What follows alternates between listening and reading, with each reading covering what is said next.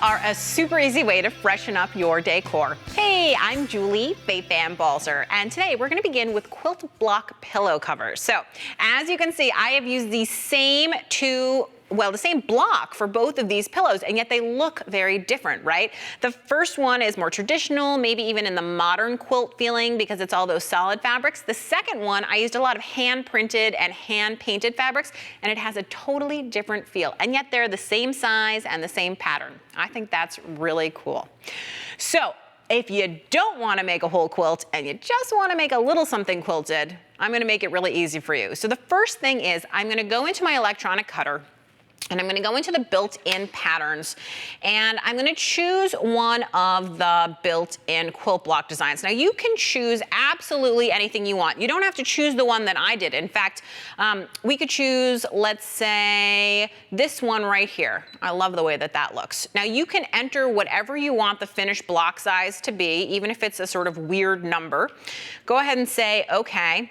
And then you can see it's broken into parts. Why is that? Well, you can see if I click on A, I can see I'm just getting the corners, and it's always going to tell me which pieces exactly I'm getting. So let's say I want to cut these 4 pieces right here. I'm going to go ahead and say okay, and I know that I need 4. If I wanted to make 2 blocks, I could change it to 8. But you know, let's keep it simple, 1 block. So I'm gonna go ahead and say 4 and set, and I can see them here on the screen.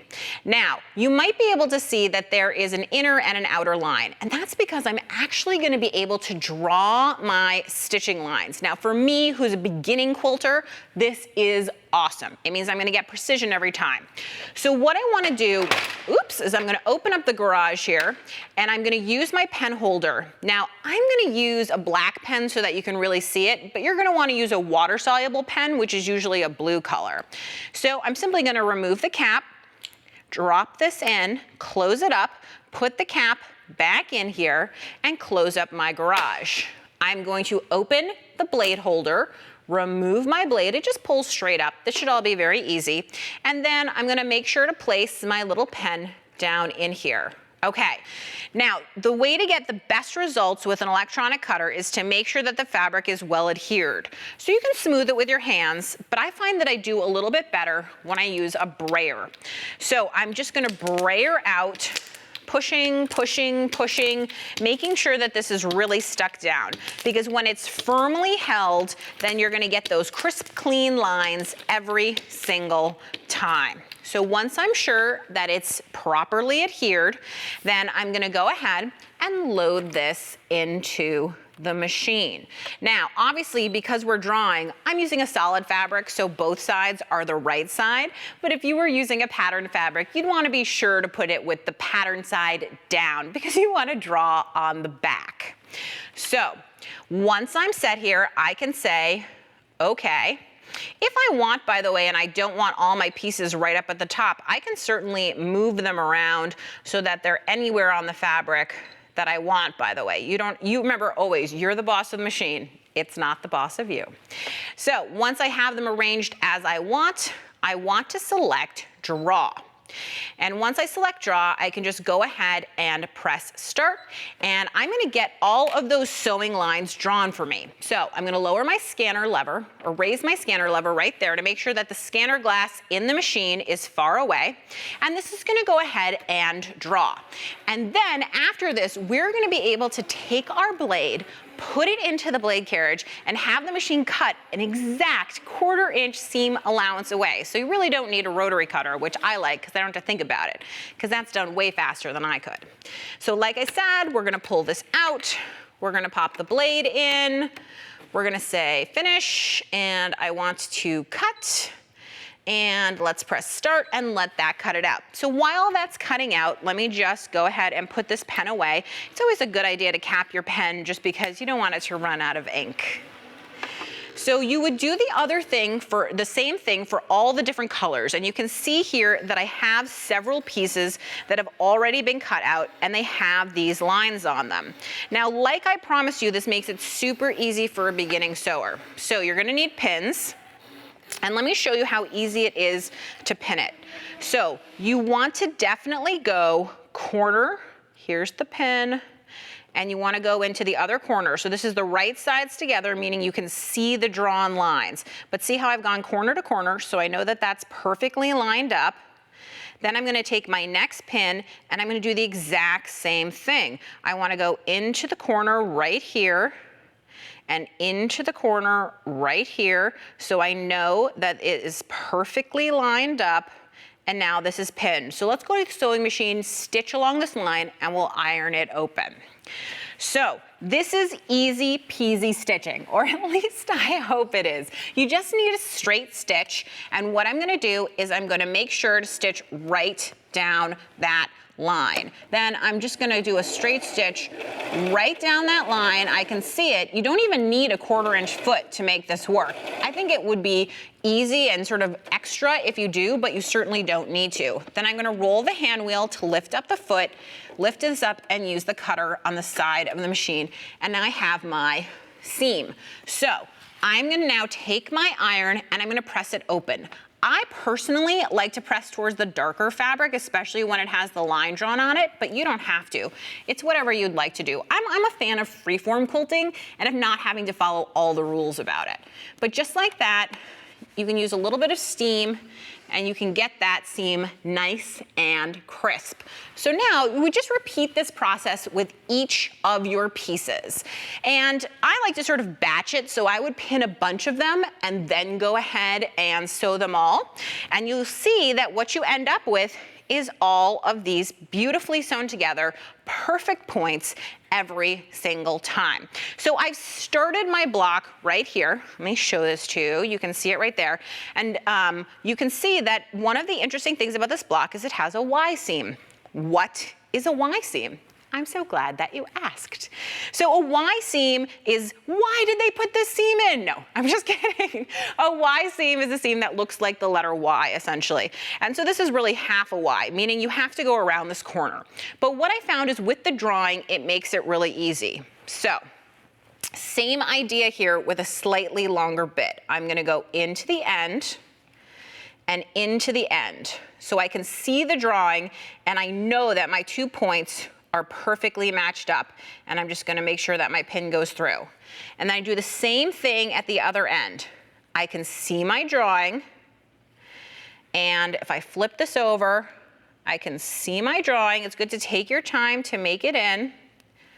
There you go. And then I'm gonna go ahead and get my seam down. And you can see how that is. If you're nervous or if it's a longer seam, you can even put in another one, making sure that it's going through in both sides. Let's go back to the machine. So now I'm gonna sew down, but the difference is when I reach this inner corner of the Y, I'm going to stop. So I'm gonna go ahead, put this in, I'm gonna pull the pin that's in here, put it away, step on the pedal, go straight down that line. Now you should go as fast or as slow as you feel comfortable going. Don't let the machine be the boss of you. Once I reach that corner, and you can even use the hand wheel to advance, okay? Then what I'm gonna do is I'm gonna lift the foot with the needle still in here, and I'm going to pivot the fabric, okay? So once I've pivoted the fabric, I'm gonna take my pin and I'm gonna go into the end. Essentially the needle is acting as the first pin, holding those 2 pieces together.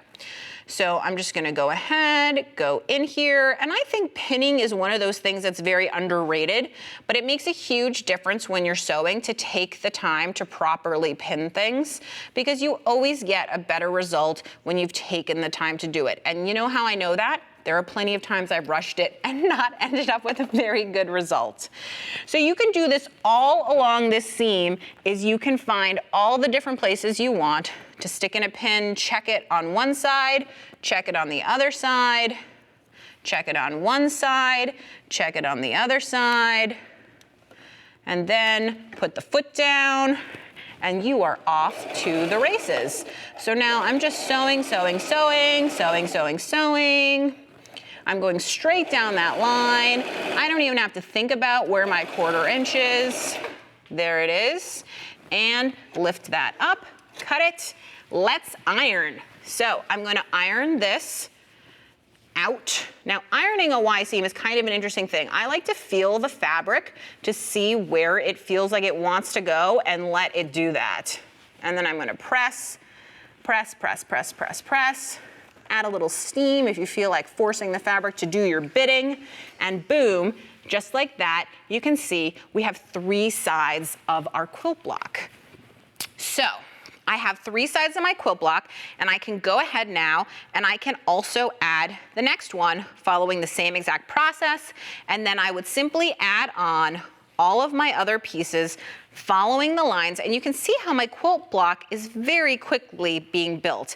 Now, there are plenty of people who would love to make an entire quilt using a block like this. Personally, I don't have the patience for it, which is why it's perfect that I can just make this really easy pillow cover. But you can see I just need to add the corners and the corner and the corner, just like that. And soon enough, I am gonna have a block that looks like this. So there are 2 things that I want to discuss with you. The first is I want to show you the cut fabric because it's really cool. So I'm going to take this, pull it off, and let me just pull away the excess fabric. You can see how easily that comes off. And then go into the garage here. I like to use my spatula and just pull that fabric right off. And these pieces are ready for me to add to whatever my next quilt block project is, just like that. Super easy, right? So let's talk about choosing fabric for the backs of your pillows, because this has a very non-traditional back, right? This is hand-printed fabric you can see here on the back, even though the front is much more buttoned up. Whereas this one has a commercial fabric on the back, which is a little wild and crazy, but it's still a commercial fabric. So the way that I choose my fabric is I look at my block, and then I like to do a little bit of auditioning.